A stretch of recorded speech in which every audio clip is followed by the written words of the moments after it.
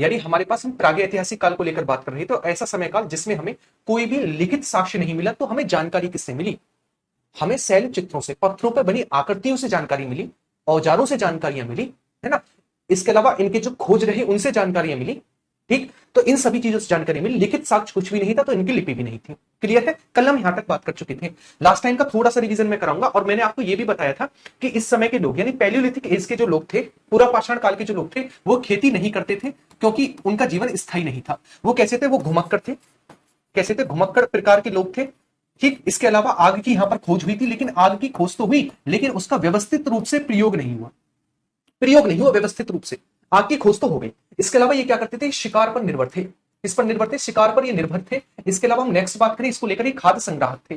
खाद का संग्रहण करने वाले ये लोग थे। खाद का संग्रहण करने वाले लोग थे, और स्थायी जीवन इनमें नहीं था। स्थायी जीवन का मतलब है ऐसा जीवन जहां पर एक जगह रुककर जीवन यापन करते हो, जैसे आज का हमारा कैसा है? स्थायी जीवन है ना, स्थायी जीवन है। तो इसको लेकर लास्ट टाइम हमने डिस्कस किया था कि पैलियोलिथिक एज के जो लोग थे वो घुमक्कड़ प्रकार के थे। अगर घुमक्कड़ प्रकार के होंगे तो सीधी सी बात है वो खेती नहीं कर पाएंगे। अगर घुमक्कड़ रहेंगे तो सीधी सी बात है स्थायी जीवन उनमें नहीं रहेगा। अगर सीधी सी बात है घुमक्कड़ प्रकार के हैं तो किस पर निर्भर होंगे? फसल पर तो निर्भर नहीं होंगे, खेती पर तो डिपेंड नहीं होंगे। तो डिपेंड किस पर होंगे? तो डिपेंड होंगे हमारे पास शिकार पर।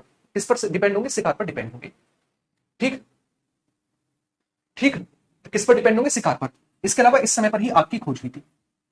आग की खोज भी इसी समय पर हुई थी, और ये खाद्य संग्राहक प्रकार के लोग थे। किससे थे? खाद्य संग्राहक प्रकार के लोग थे।